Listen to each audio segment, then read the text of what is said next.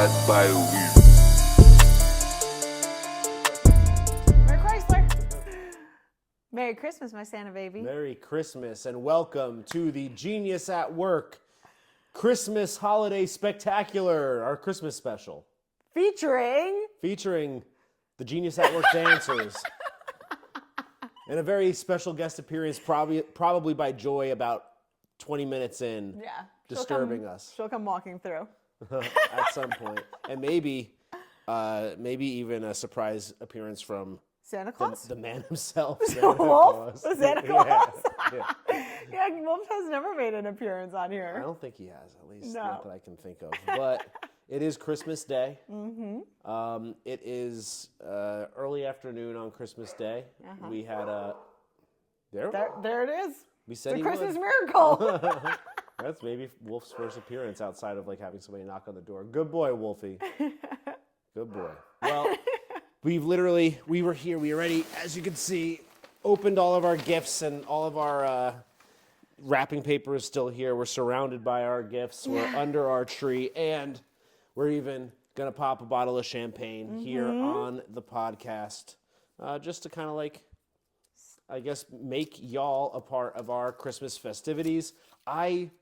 Honestly, we don't have all that much to say. This is going to be one of those episodes Or just talk. like the Italy episode where all we're really going to do is just like meander around on topics, and if you like it, you like it. But remember to like and subscribe. yeah, please like and subscribe. Absolutely like and subscribe. And comment, follow, all of those good things. Again, at the very least, as a little Christmas gift to us, maybe. Yeah, We're that'd here. be nice. We're here recording on Christmas Day because cork. the people Watch are that cork! I got because it! the people are asking for it, and we Well- are struggling to get them in and have enough things to talk about. Yeah. So That scared me. we would rather, record here on Christmas Day. So if you could just And don't hit worry, us back with. Jared does have clothes on underneath this. That looks like for sure, like you don't like. You're I just should be naked under this. One thing I'll say is, last year under the tree after we opened all of our gifts, one of the things that I typically get you for Christmas is some sort of lingerie or Yeah. skimpy underwear or something sexy. And last year you threw it on, and I took some really hot photos of you under the Christmas tree naked. Or no, Well, in my lingerie. Well, then naked, then naked in all the wrapping paper. And we looked through those this year nostalgically at those. So That was nice. that was nice, and I guess I could have returned the favor by being naked under this. I'm good. What is this? It's kind of like it's like a Snuggie. No, isn't a Snuggie like a wraparound? I Or don't is it know. a This pull and is you pull through? a. Can I get a little more? Oh, mine was fuzz. Sorry. This is like it said like Or a fizz. hoodie blanket that I actually got for you, and I'm Yes, sitting here exactly. wearing He's it. wearing my Christmas present. And again, I am fully clothed underneath, so sorry, ladies. Cheers. Cheers, honey. Merry Christmas, baby. Merry Christmas, honey. I honestly don't even feel like drinking, but that's actually very good though. Yeah, it's a very nice champagne It's a that I beautiful got bottle us of for us champagne. to enjoy. Yeah, no, I had a it's guy good. in the grocery store the other day be like, "Oh, you're going with the good stuff," and I was like, This is really good. I know, thank you. I picked based on the label. It was so pretty. Yeah, it's very white. Caught my Christmas, eye. a white Christmas. But yeah, we were supposed to film yesterday Yeah. on Christmas Eve, but just kind of didn't. I feel like, is there like, what's that noise? I think that was outside. Okay. I don't know what that was. Um, Yeah, I don't know. It was, we had a number of things we had to get done yesterday, and Yeah. we went to the gym. By the time we were done with the gym, we were just like, and we still had to do a walk. yeah, we still do a walk. Yeah. So whatever it was just like we weren't. It was hard to get into the right state, and then we figured Mm-hmm. like today is a lot more relaxed of a day. We don't quite have as much to do aside from you cooking. Yeah. So, and we also knew that we'd probably be in good spirits, opening our gifts, being under the tree, being all nestled, all cozy, all snug in our snuggies, and figured have a maybe. Snuggie. You took my Snuggie. To be fair, I wasn't. Yeah, this is gonna come out after Yeah, it'll White come out Elephant. after. So I actually ordered one of these as part of a White Elephant gift, and I guess I accidentally ordered 2, so you just got the extra one. Yeah. It was a nice surprise. So what's is there anything you want to say as far as like this morning is concerned? I told you this is gonna be a very all over the place episode. Well, I think like I guess let's talk about like kind of what we do as far as like our tradition. So Christmas Eve, we started this years ago by going to a Asian restaurant of some sort. We've done Chinese restaurants. We've done sushi. Yep. Some nights. That's where we found that one place that we love. Yep. And then like last year we decided let's try out Korean barbecue, and I fell in love with it. Yeah. It wasn't our first, I absolutely fell in love with it. It wasn't our first time doing Korean barbecue, but we like made sure to find like what the best spot was, and then we had an awesome time there last year. You and I, like, it was just us. Yeah, and place was super quiet. Yeah. Cozy, like old school Korean place, and then we were looking forward to. We typically like to do something new each New Year, so Christmas Eve. So we wanted to switch it up, and even though I actually kind of ended up wanting to go back, I was like, you know what, that place last year was good enough. We should go back. And it turns out that they closed. They closed this year, which is kind of sad. Apparently, they've been around for a while. And I guess they couldn't stay in business for one reason or another. But we ended up going to a totally different place that was a very different vibe. Very, very different. It was still really good. It wasn't as good as last year. Yeah. But it was still really good. It was called Honey Pig up in Cedar Park, I think. Yeah. And again, like a much louder, much like less and like cozy vibe, but it was still fun. I enjoyed it. It was great. Like cafeteria style. Like it was just like very open and big and like, it was industrious feeling. Yeah. The food was still delicious. I enjoyed. Good. Yeah, it was really good. I mean, I thoroughly enjoyed that. It felt like it had great Korean vibes too. Very good Korean vibes, in my opinion. Not that I'm exactly sure what Korean vibes are. I guess what does that mean? I don't know. There was BTS on the TV, That's and true. there was some weird mascot on our water bottle, and there was a hilarious, like even the sign out front was like way more like over the top than is necessary for like a Korean barbecue. It just felt very Korean. I don't know, and I don't mean take that for what it's worth. I don't know what I even mean by that. And we came home, we had some cookies and milk, we watched SNL.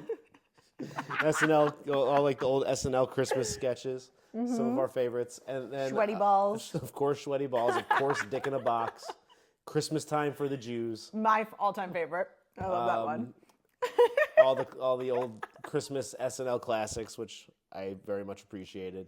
And then we get to wake up and, I don't know. I guess I'll just give you some of my favorite gifts. I love those sneakers. Are they even in the shot? Kinda. Yeah, I think so. You got me these fly-ass kicks. Those are awesome. But I have to say, my favorite gift of all so far this year, at least like the most surprising and the most like fun of all the gifts. Oh, yeah. Is my aunt apparently listens to the show. I guess she does at least. Because I've certainly never talked to my Aunt Joni about my marijuana habit or marijuana usage, yet she sent a couple gifts Very nice over. Gifts. I guess sort of family heirlooms. One is a little package to like stuff my joints in. Well, and they're filled with a bunch of old Marlboros.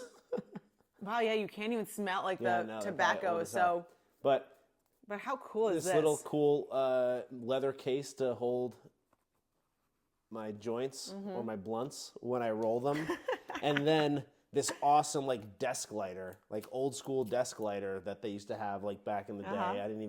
I think it was your grandmother's. Yeah, apparently it's my grandma's, and then she took it, and then she said that she wanted me to have it. So that is really sweet. Definitely something that like I wouldn't have ever like went out and bought on my own, at least not anytime soon. And if I did, I probably would have just like bought the first thing that like I saw. Whereas now it's like I have a cool family heirloom. So thank you, Aunt Joni, for sending these. I will roll one and smoke one in your honor. And maybe at some point I'll come to LA or you could come here and we can smoke one together. Why not? That works. I have to call her in a little bit. So. But that's kind of funny. And it's funny that she got you that because I was looking, because you always complain about the lighters and like the lighters always like running out, and like we just use the little. I literally just said the other day I hate a regular lighter. Yes. I hate like a regular like standard. And you said that a lot. I hate a Bic lighter. I hate like standard lighters. I always like having like a cool lighter. Yeah. And then, look, the universe delivered. I know, and I was looking specifically this year as a Christmas present for you, and I couldn't find one that like I really liked. And the moment like we read the card that was like wrapped with that gift, I was like, I know exactly what this is, and I'm so happy because that's what I wanted to get you. You are wearing a gift that I gave you though. Oh yeah, my earrings. You got the earrings? Yep, I got earrings. What else?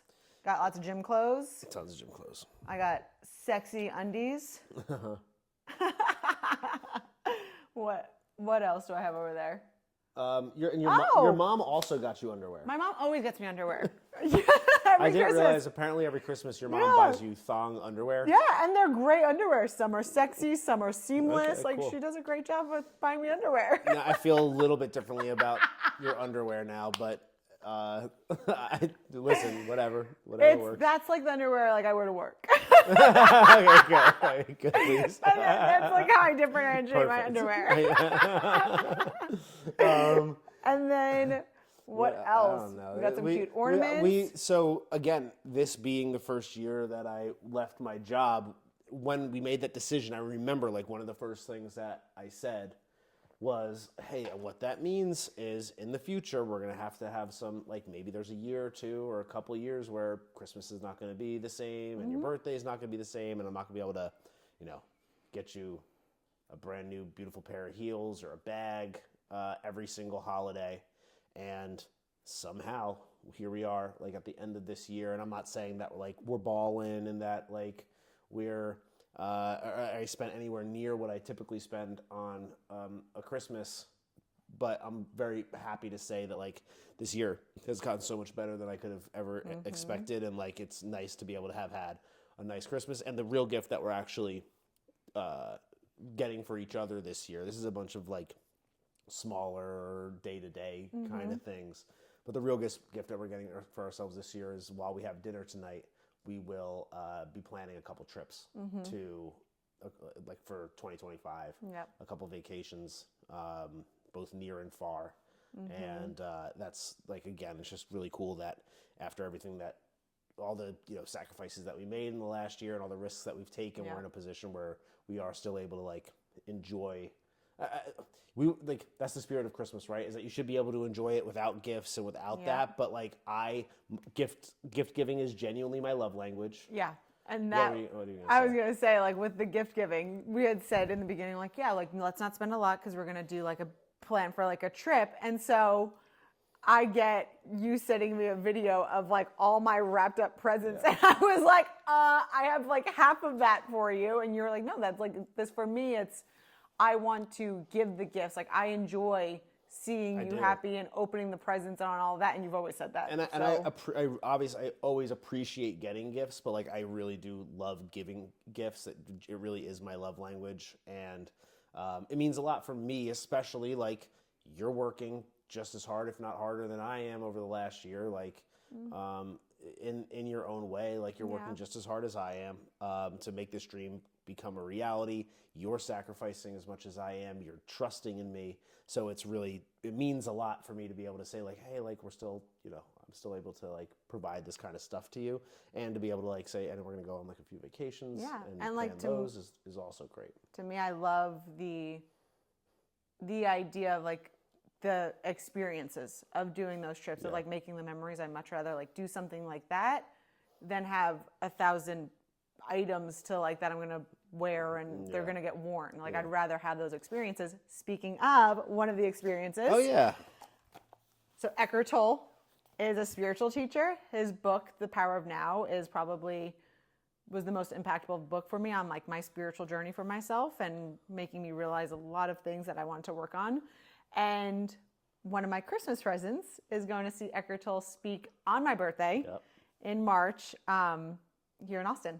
So that was a very special gift, a meaningful gift, and a great experience I can't wait to share with you. Yeah, that'll be fun. Because his book, The Power of Now, is, again, my favorite book it opened my eyes and my mind and my heart open to so many things. And it's one book that I do enjoy to recommend to people and share with people. I can't wait. I'm going to say thank you to Instagram, because I wouldn't have known about that without Instagram ads hitting me up saying Eckhart Tolle's going to be in Austin. Yeah. And because it was on your birthday, I was like, no brainer. Yeah, universe is telling you we must go. There's a gift. And I haven't read this book, so I'm looking forward to reading this. This was probably also, no, this was probably like Amazon or something, but the jewelry that I got you was all Amazon. And then what was the other? Instagram. Instagram, that's what I mean. Instagram ads. There was something else I got you that was in Instagram. Oh, the underwear. Oh, yeah. And then... those are actually really cute. Yeah. I want to show those. Go grab them. I have like 1,000 pair of underwear over here. Thanks, Mom. But these ones are for me. Yeah, these are not work ones. This is also from Instagram. Yeah, you don't wear that to work. It's a G-string with a little like mushroom. Yeah. On the Let's see. butt. Can we see? Can they see it? Yeah, there we go. Perfect. Cool. Cute. Yeah. So those I'm excited for. And there's more coming that hasn't arrived yet. More mushroom underwear? No, not underwear. Some of it is, I'm not going to say. Don't say, I don't know. You never want to like ruin a surprise. Okay, so then the rest of the day, we are going to have dinner. So, I mean, like, I guess if we're going to talk about our traditions, it's always Asian food. Yep. On Christmas Eve. And then traditionally, we've done like a big breakfast. I mean, yeah, we haven't done that in years, but we used to do like wake up Christmas Day, have mimosas. This is like our first, like we didn't even have drinks at dinner last night. Do mimosas. I kind of don't even want to drink this, but I will. I will for the sake of the podcast and the holiday Christmas spectacular. Yeah. We would do mimosas, pancakes, bacon, eggs, I think on top of that, fruit, all that. And then lunch-ish hour, we would do like charcuterie board, like a ton of food. And then it was like dinner, then it was like pastas and steak and like and we would have then wine desserts and, wine and eggnog and like all kinds of stuff. And yeah, like we would, in the past we've had years where like we'll have people come over and like hang out with us too. But there's certainly some years where it was like just us, like all that food. Yeah, and it was like kind of to the point, and we were actually talking about this before, where we, in our lives, like we were so restrictive throughout the week and throughout the rest of the year that when like the weekend came or like when a holiday came, it was like, let's go in hard on food and calories and drinking. And now we've realized just throughout the year, and like if we want something sweet or we want to have something, everything in moderation, where now on the holidays, we're like, okay, yeah, let's have maybe a little bit more for dinner and have, like I got lobster claws for dinner tonight with steak and broccolini and like we're still gonna have some cookies afterwards. But it's not like I need to eat thousands of calories in one single day because it's Christmas. Again, like on the week, I would be really strict with myself during the week, Monday through Friday. On the weekend, I'd be like, okay, I'm gonna go out and drink what I want. I'm gonna go out and eat what I want. I'm like not gonna really think about it very much. And then again, like you said, the same thing with holidays, where it's like it's Christmas, so I have to eat every cookie in sight.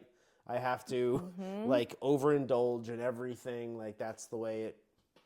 That's the way it is. That's the way it should be. Like I'm letting loose and celebrating, but I realize like you can still celebrate and indulge and have like some level of like decadence, I guess, without like overdoing it or like making up for lost time or anything like that. So it's kind of like we woke up, and as much as like the concept theoretically of having like French toast this morning is great, that alone is great, but then it's like, okay, but then like what? Then we drink all day, and then we have a huge meal at night, and then we eat like a bunch of like desserts and cookies and stuff. Like all of that combined, each individual part seems like awesome and great, but like as a combined whole, it's kind of like, oh, I'm gonna feel like absolute dog shit for like probably most of Christmas, if I'm just like stuffing myself, and then tomorrow certainly, and then probably for like a day or two after.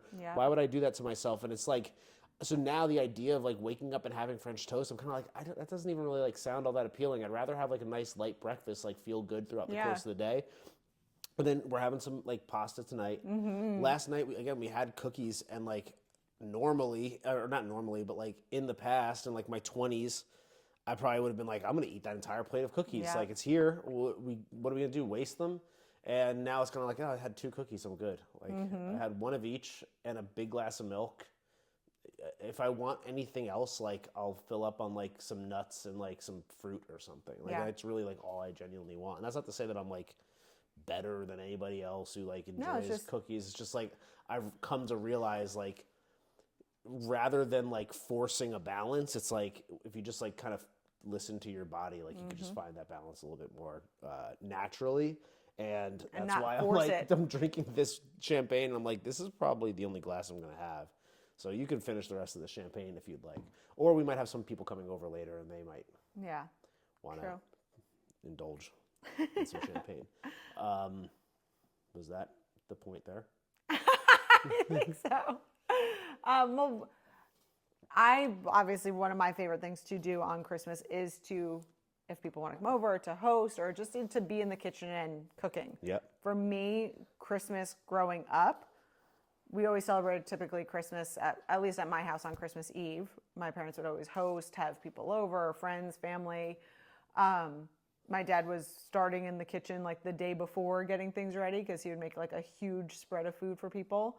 And I would always be in the kitchen with him. So for me, Christmas is very much about like cooking and providing and just like filling people up. Yeah, for sure. Like it really is. Like I love to do it, but it's like a very core memory for me of like cooking in the kitchen with my father. Food was always huge for like Christmas in Jersey with like an Italian family. And I kind of blame a lot of like my love for food on like coming from an Italian family, but I don't think that's like too far from the truth. Yeah, like, for sure. I always say food is a love language in an Italian family, and like your dad shows love to your family by cooking like this incredible, phenomenal spread. It wasn't just on Christmas; it was every Sunday, but like specifically on Christmas, like he goes big. And then this morning we were talking to him, and he was like, "Oh yeah, I made these sandwiches, these egg sandwiches that had like pork rolling," and he's like, "I got this and this." And I was like, "Man, that sounds delicious." And he's like, "Yeah, I didn't have one." I was like, "What?" And he's like, I'm trying to eat better and like not be like, I gotta watch out for myself. Yeah. But and that was always the same thing with like dinners and on Christmas specifically, because he'd spend hours in the kitchen. By the time everyone's eating, he would just sit at the table and like watch everyone eat. Yeah. And I think I get a lot of like you're very much the same way. For where, sure. Like, you won't eat like you serve. Of course, you serve yourself last, and like a lot of times you're more concerned about everybody else having anything than you getting it. Yeah. So yeah, food is definitely falls in terms of like holiday traditions. Yeah. And then what was like your like traditions for you when like you were growing up? Like you had your cookies with your grandma. Yeah, my grandma and my mom always made like a ton of like very specific Christmas cookies that I remember like very fondly. And usually Christmas Eve was with my mom. Christmas Day or Christmas morning was with my mom as well. We started to open up Christmas gifts on Christmas Eve. That was when we started dating. I was like, you opened before, like, because for my house it was Christmas morning. You woke up. That's when you started opening presents. My dad, we always spent most of Christmas Day with my dad, so he would always come to get us around like 11 or like noon on Christmas, and then we would spend the rest of the day with him. And I think the idea became like, rather than we're opening gifts and then we don't really get a chance to like play with them or like do anything, and then we have to leave like immediately after. It's kind of like we open them Christmas Eve, we wake up on Christmas, we would have like a nice, my mom would make like French toast and a bunch of like a really nice breakfast, and then like we had a chance to like enjoy we had a chance to like enjoy our presents, enjoy our gifts, and then my dad would come and we would like go with him for the rest of the day. And then the way my dad's family did Christmas, and this was like interesting to you, is like it was never in my family in general. It was never like, oh, just have at your gifts, like get it. It was always like kind of like one at a time. Like let's like take a little bit of time and like opening them, like recognizing the person that's giving it to you. I guess like not that it was that like deep or anything, but it was really just a matter of like let's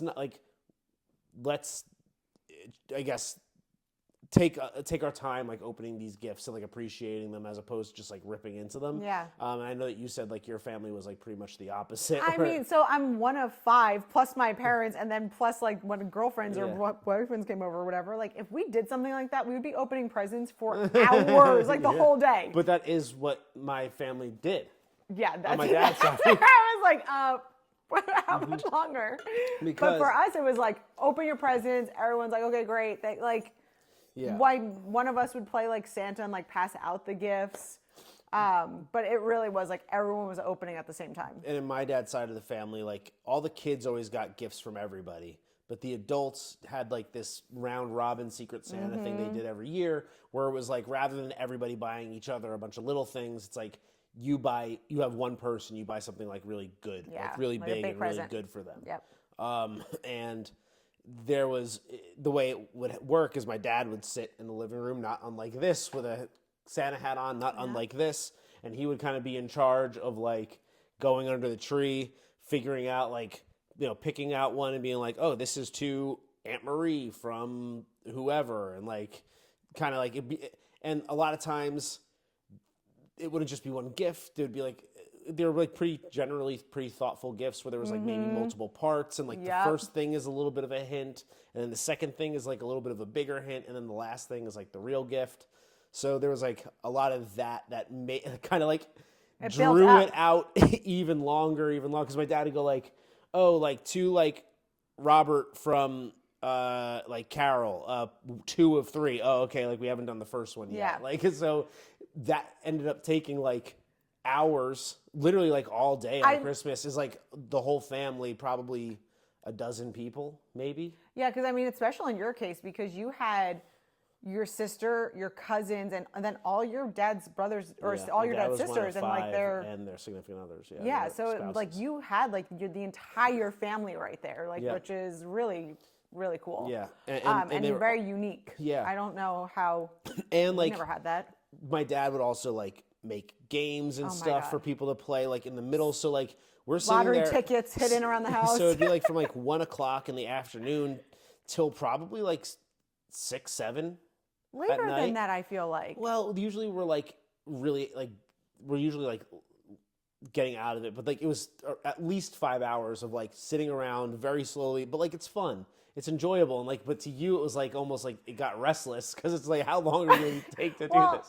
I think our first couple of Christmases, I didn't go to your father's house. Yeah. Christmas Day, I would just stay at my parents, and then after a couple of years, I started going to your dad's house. But those earlier years, I would like be texting you or calling you, and you're like still opening presents. And I'd be like, what is happening at this house?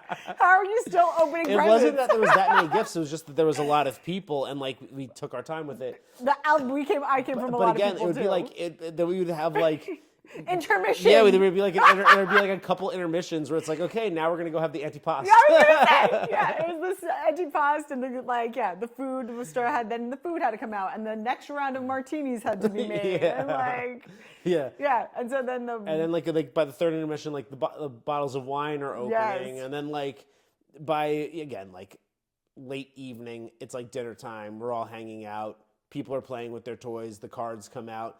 Everybody would stay at my dad's place. So we had that whole house of people there, like that would be up till, in some cases, like 3, 4 o'clock in the morning, like literally just like playing cards or playing other board games. What were they playing?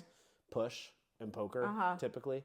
And my Aunt Joni's in from California, and like, all the cousins are there. So like we're playing board games, and then like that usually turns to cards, and then cards goes into like the evening, and there's just like food literally everywhere. Like there's food all over the place in every room, like to be picked on, like whether it's little like candies in like the living room and like chocolates and stuff, and then like catered stuff in like the kitchen, and then like eggplant rollatini, all like then like all the cookies and stuff that are all out overnight. Oh, God. People fell asleep. They would wake up. They would start like picking out all the food that's like out still. And like half the family's like hungover and like has like very little sleep because they were up till like God knows what time, like playing cards. And then like usually around dinner time that night is when like the day after Christmas is where like everybody would like start to like kind of go their separate ways and like leave. Yeah. So it was like a solid like It was a giant sleepover. yeah, it was like how a fun. giant Christmas sleepover. From Christmas to the day after Christmas, and a lot of that is like opening gifts. A lot of that is, and like I look back on that like very very fondly. Like that was a lot of fun. Like I have and can talk a lot of shit about my family and like some of like the times that weren't all that fantastic and like maybe some bad patterns or bad habits that happened. But like I look back on Christmas, especially like with my mom as well, but like especially like those times at my dad's house. Like I look back at that like very fondly. And especially when I was a little bit more of an adult, a little bit better able to appreciate it and like kind of like coming into my own level of maturity, and then you were around as well. Like you became like as much a part of that as like anybody. And like my whole family, obviously, like my aunts and everybody, like they always love you. Yeah. So I love that kind of tradition. And that's really like carried over a lot with my love of Christmas. Like I've always really like true, like I think like most people, but like I really have always appreciated Christmas time because of like the getting together with people or the memories that you'd make or the traditions. Like what? I think like maybe it has something to do with the fact that like my family was like kind of volatile and there was a lot of like negativity and a lot of like fighting, especially like with my parents, like between them and like even like between me and them. Yeah. And like Christmas time always felt like a really good, like, I have no negative opinion of, like I have no negative memory of Christmas. Like it's all positive. My negative memory of Christmas is Christmas Eve is when I found out Santa wasn't real. Oh, really? Yeah. Cause I like stayed up, past like a Christmas party. Like my parents thought I was in bed and I snuck out of my room and like went into the dining room, which was like connected off to like we had just this little like flap door to like where the Christmas tree was. And my dad saw me and he's like, "Kate, what are you doing? Get back to bed." And I was like, "Okay." And I went back to bed, but went and hid under the table. And I heard my dad say like, "Nance, hurry up. Kate's here. We need to finish putting the presents under." And I was like, he just pretty much said everything that he shouldn't have said. I know, like they thought I went back to bed, but I was hiding under the table, and I like crawled back to bed, and I like went to bed being like, "What does that mean?" Like I remember like being like, "Oh my God." The wheels are spinning. Yeah. You're like, wait a second. And then I woke up and like opened presents, and then I think a couple of days later, I was like, "Mom, were you and Dad putting out the presents under the tree?" And so yeah, I found out Christmas Eve that Santa wasn't real. That's like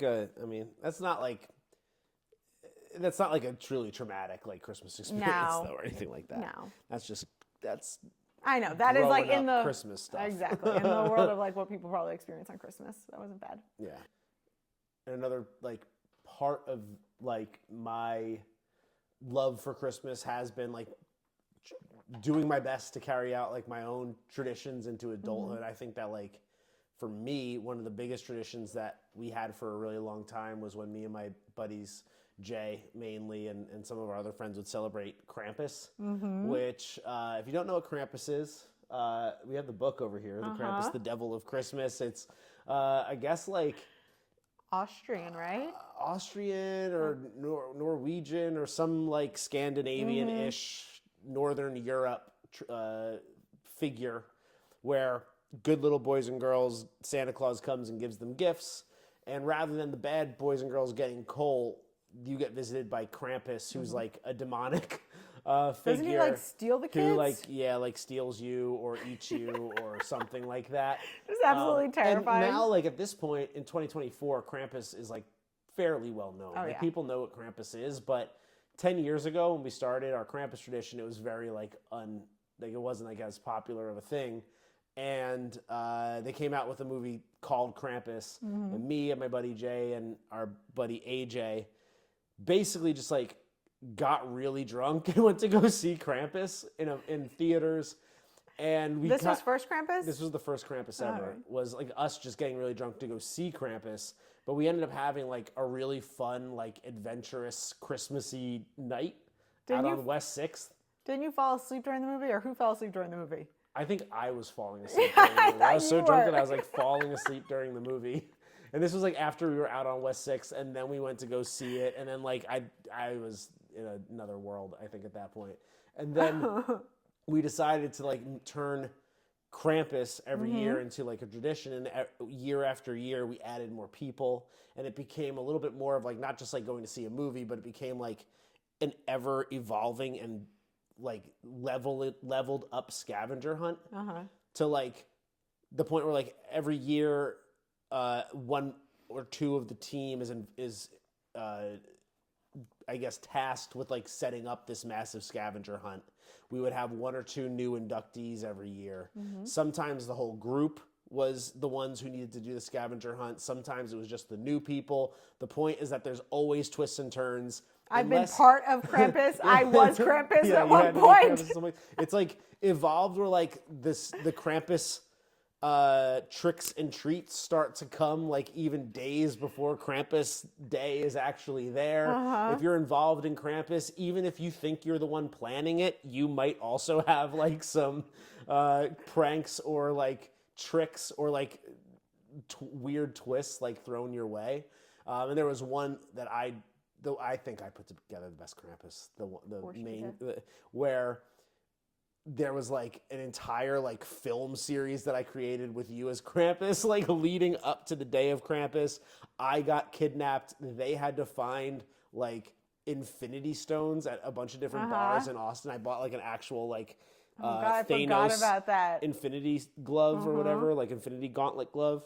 And it was like operational, and it had like all the different stones that can be removed. And I got a bunch of people on Fiverr to make all these weird like little clips, and they had to like do certain tasks in order to get the next clue, in order to tell them what bar to go to next. Is that where Blaine got COVID? And then that year? Blaine and Mark both got COVID from drinking out of a boot at Coyote Ugly. Oh my God. On that particular Krampus. So anyway, it's always like this really like over the top, like pretty crazy Christmas-ish themed scavenger hunt. And then, as is tradition, it would end with us doing bottle service at Concrete Cowboy. And then like we would all just like hang out and like spend the night there and like celebrate together that Krampus was defeated. And then every year that sneaky Krampus ends up coming back, and then somebody else is in charge of it. As silly as it sounds, it was so much fun. It was fun. It had a really good run for about 8 years. More recently, the last couple of years, Krampus is has yet to return. I would say Krampus has won. I'll just put it that way. I feel like Krampus did win that year. Yeah, I know. I'll just say there was some drama. Negative. The final Krampus, there was a little bit of drama. And Krampus has been at large ever since. We neglected to defeat Krampus that year, and we haven't celebrated since then. So, yeah, that's kind of a sad ending to the story. That sounds like a traumatic Christmas story. That might be my most traumatic Christmas story, is the year that Krampus won. Oh, Bob. I'm sorry about that. Other Christmas traditions, however, that I love. I mean, I do always look forward to the Restore Christmas party. Yes, we had that a couple weeks ago. Yeah. That was super, super fun. Good time. I was talking to the girls at work, and it's obviously we're with each other Monday through Friday, like all day long. And it's during, like, of course, work and stress and dealing with all the things. So getting together at that Christmas party, and then also Dr. Reed's pool party at the end of the summer, like, those are the moments where it's like, okay, everyone, like, lets loose, has fun, realizes, like, why we're all here, that we love each other, and that it's kumbaya and great. But I think also, like, these significant others love coming. I feel like a lot of us have been there for 5+ years. Like, you know, the husbands and significant others of these people as well as I do. Like, they're all excited to see you and talk with you too, which is really great. I love them. I love that tradition. Every year it's been great. And like it kind of like gets almost better every year. Maybe it's just because like I know more and more people there every single year. So, to the point where now I feel like I'm like walking around like almost like part of like the Restore family. For sure. You know, like, absolutely. Which I guess I am. Yeah. I don't know. AG, am I part of the Restore family? I think I am. You're not going to ask DR? DR doesn't listen. I don't think DR listens. Maybe he definitely doesn't. He definitely doesn't because it's a question for me. Yeah. But I think I feel like I'm part of the Restore family when I'm there, and like I'll also say like last year at the Restore party, I got my first, not my first, but like among my first clients came from that Restore party, and then even this year I had another handful of people say that they want to chat about working with me. So you have consultations starting January it's fun, 25. and it's lucrative, I guess, to some extent. For sure. I mean, and like leading even up to that party, some people came up to me and they're like, "Ooh, I can't wait to like see Jarred at the Christmas party. I want to like talk to him about like working with him." I'm like, "Okay, great, cool, keep them coming." I don't know. Was there anything else? Any other traditions? What else? I'm getting really hot. It is very warm in here. I wonder if like you can take it off. No. Strip down. I'm in costume. Any other traditions? If you can't think of anything. Yeah, I can't think of anything else. Let's just move on then. Well, I guess with the Christmas now New Year's Eve, we have coming up. Mm-hmm. We think we'll probably end up doing Pershing, of course. Well, even though we can't say of course because we did Soho because we do Pershing for everything, but we did do Soho last year, and Soho was fun last year. But obviously Pershing is better, and you could tell I'm torn. I'm torn in terms of like I want to like keep options open, but it seems like that's probably the right move. Yeah, and I mean for us here in Austin, we always struggled in like the first few years that we were here of like finding something. We would just go out with like a group of friends to a bar, and it'd be like, you know, pay your ticket entry, get a glass of champagne at midnight, and then like fight the crowd at the bar. Always suck. They always sucked. And so for a while we would host New Year's Eve parties, which I loved. Hosting our New Year's Eve parties here at the house or at an Airbnb. For a handful. Well, so the way it worked was like the first year that we were in the Holly House, we had just moved in, like 2 days maybe before New Year's, and it seemed like there was a whole lot of people that didn't have any place to go, and like we didn't even plan to throw a party, but by the end of the night we had maybe a dozen people like show up to our house, and we're all like drinking and hanging out in the backyard, and it was a brand new house for us, so it was like really cool. And the next year we're like, I guess people don't really have a place to go on New Year's, so maybe we'll throw a party. But we knew that like the house that our Holly house was very small, so there was not a lot of room for like big entertainment, like entertaining big groups. Even though during COVID we had even bigger parties. Yeah, we just like pushed it outside. Yeah, but like for New Year's it's hard to exactly. You never know. You don't know the weather, so we ended up. On an annual basis, renting an Airbnb, throwing the party there usually every 1 year it wasn't in East Austin, but typically it was in East Austin, throwing a big party there. Those became like really big, fun parties. I think the one that we did in 2020, we had like 50 something people there ended up turning out. Oh, throughout the course of the night. So it was a really good, fun, awesome party. And then like, when we moved in here, we did one rave party that was like a lot of fun, and then eventually we're just like, it's kind of because we were starting to like work on this other stuff that we've had over the last couple of years. It's been less. We've had less time to really devote to a party, but I am making the executive decision here to like, and we've been talking about this the last couple of days, where it's like, in the next couple of years, we are going to get back to having a New Year's party. Yeah. We are going to get back to throwing our own party and doing it like even bigger and better than what we did previously. I definitely want to do that, and I'm very like serious about that. Yeah, because I feel like a lot of people, and especially once we stopped doing like the house parties, people were like, "What are you guys doing for New Year's?" Like people were asking because they were like hoping that we were going to have like the house party because it was something that was fun. It was going to be like they knew what to expect versus like, okay, I'm paying a ticket to go to a bar. God knows what the crowd is going to be like. We threw some of course. Yeah, they were so fun. Yeah. And like growing up for me, New Year's Eve was, again, my parents would take us, we would always go to like my aunt's and uncle's house. And it was always just a party. And I remember seeing that as like a kid and like hanging out with our cousins and like running into the streets and like banging pots and pans and like just making it a giant fun party. Yep.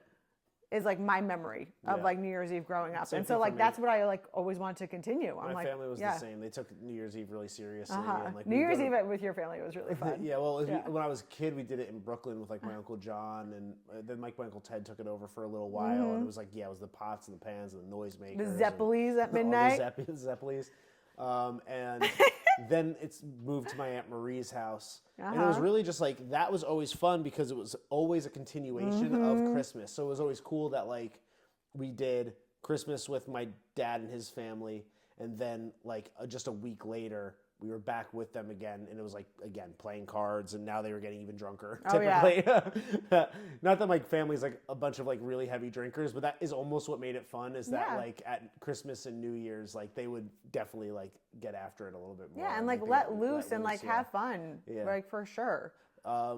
So I guess it's kind of interesting that like my family would throw those big New Year's parties, and like we did for a little while there, like carry on that traditional a bit. And like I like the idea of doing that, because whenever you're buying a ticket and it's like free drink and free champagne toast at midnight and free past hors d'oeuvres, and it's, you know, dressed to, like, all those parties always suck. They always suck. And that's why the one at Soho House last year was actually like a little bit surprising, because like they did a nice job with it. It was a little bit better. It was like a little bit better. And it's also so much space. Yeah. That's the other thing. And like, it was a lot of people. It was a lot of people. In a good way. But yeah, plenty of space for people to like be off in like little pockets. And there was couple different dance floors with a couple different DJs. So there was like a lot of opportunity to like flow around from thing to thing. And we were there with a couple. We met up with a couple friends there, and it just made for like a very enjoyable night. Yeah. But that's such a rare thing to find. Sure. Such a rare thing to find. Yeah. And then the year before, we went to. Yeah. We actually went to go. That's the first time we truly like met Tony Hinchcliffe over at Vulcan. Yep. Because they did like a whole thing over there. That was great. Yeah. That was actually like one of the more fun. So I'm saying that we should do a party, but the last couple of years that we did our own thing has actually been pretty cool. But we'll see this year. Yeah, we'll see what happens this year. Well, maybe this will sway us one way. I do want to get back to doing the party though. I do too. Real talk. I really do enjoy it. So let's make it happen. I know we will. Hold us to it. Definitively, I'm committing to it. It's on camera. We're putting it out there that we're hosting the party. I didn't say when, but in the coming handful of years, without a doubt, I will.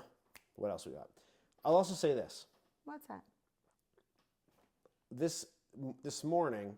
Oh, so okay. I grew up Catholic, and I know a lot about this. I know generally the story of Jesus, and I know bits and pieces. I know the main parts of the story of Jesus. I know like the nativity story, the Christmas story.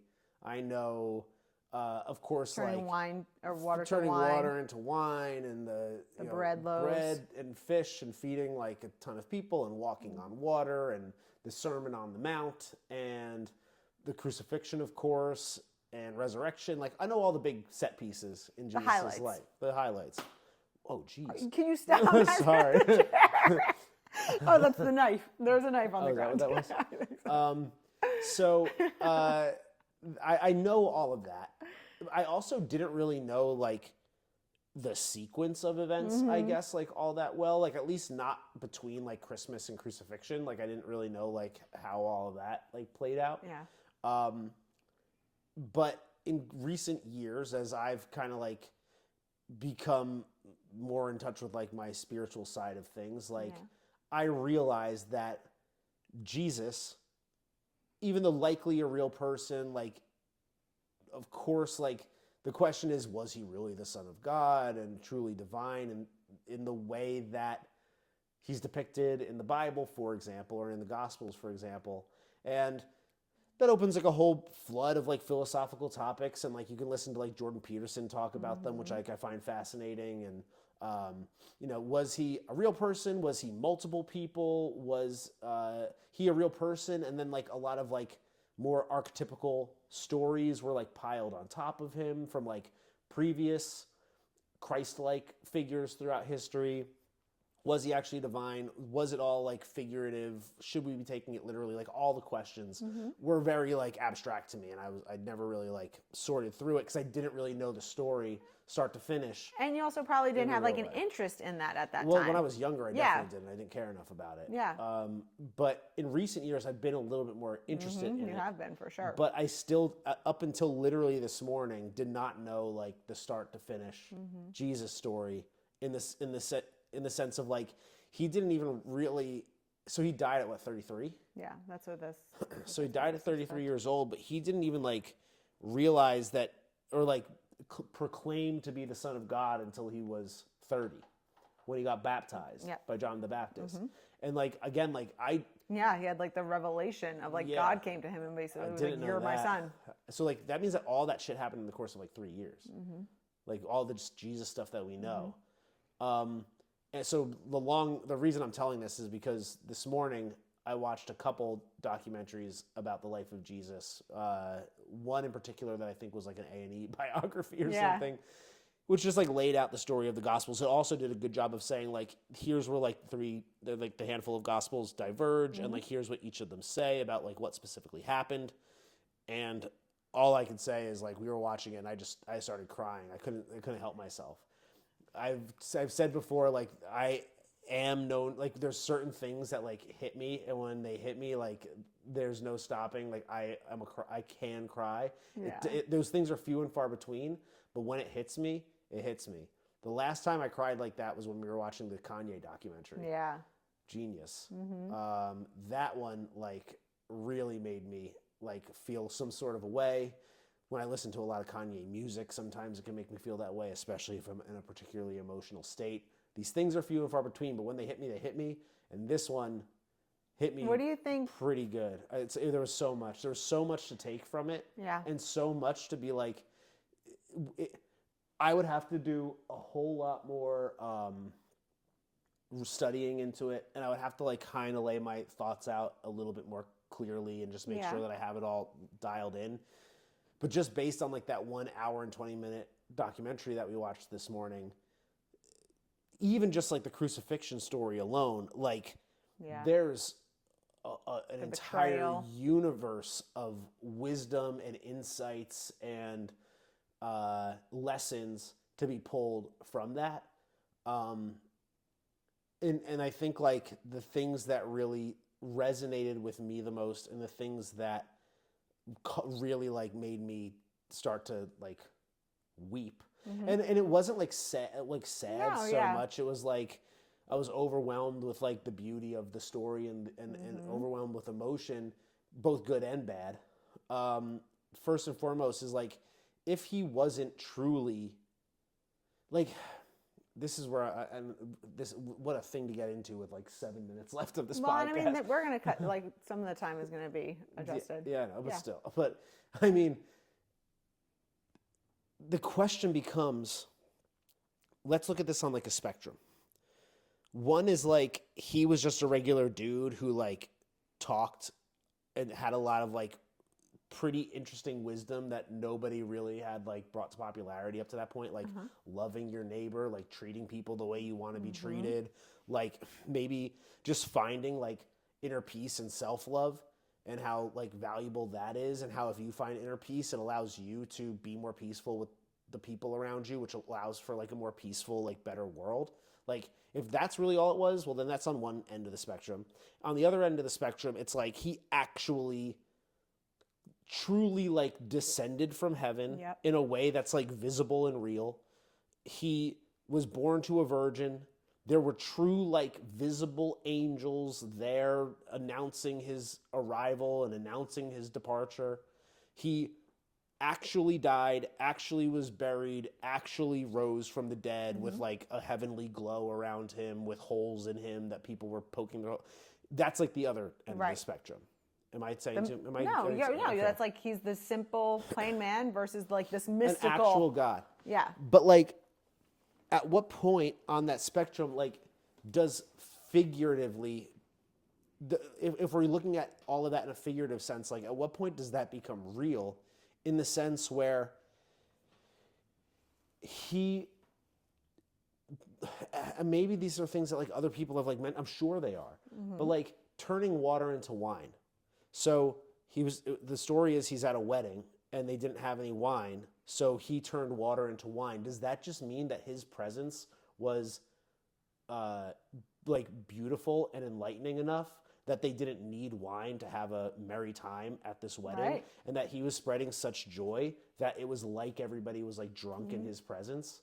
Could that be the case? Like maybe. Yeah, and like the person that we were talking about this earlier, the person he cured with leprosy, was it that he actually cured them of it, or that he make them feel beautiful and loved despite what they looked like on the outside, and then therefore also that person exuded this beautiful energy that then people then notice this person with leprosy as like, oh, he doesn't have leprosy anymore. Yeah. He's now a person. They don't see him as a leper anymore. They see him as a person. Or maybe like the other is like the apostles apparently were in a boat in the sea that was being thrown around in a storm, and then Jesus came to them. He was walking on water. He said that the storm should be calmed and peaceful. And just peace. And then of course like the storm went away. Or is it that Jesus was in a boat with these guys, the storm was really scary, they were all losing their mind, and he was able to source such divine energy and peace for those people that it was if the storm was calm like that. Exactly. You good? I'm good, but like, and then I mean that's a beautiful way to like think of it. And maybe the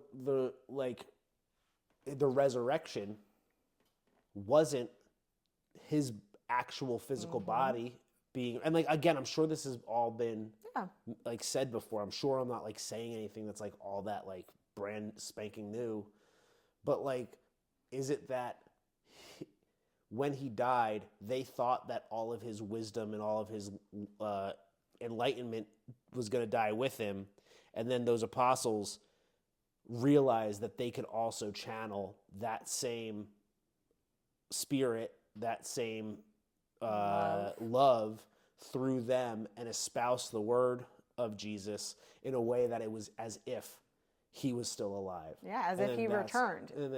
But it's to that point that like we can get like really spiritual and religious here, but like that Jesus is with us all the time and that we are like one in the same, like it's all like intertwined, like we live through love, through light. And this is going to come across like I was planning on this entire episode being about like tying it up to talk about like Jesus, like I'm a quote unquote like Jesus freak. I'm not, like I've never been. I literally didn't know the full story of Jesus until today. I guess like full story, quote unquote, but like what the Gospels say until like this morning. We were not planning on talking about it until like I said like maybe I'll bring up Jesus because I just was watching it. But I guess like I don't know of a better way to like end the holiday special than to say like whatever your opinion is. Like I do not believe in organized religion. I think that like when we went to the Vatican, I was like weirded out and creeped out by it.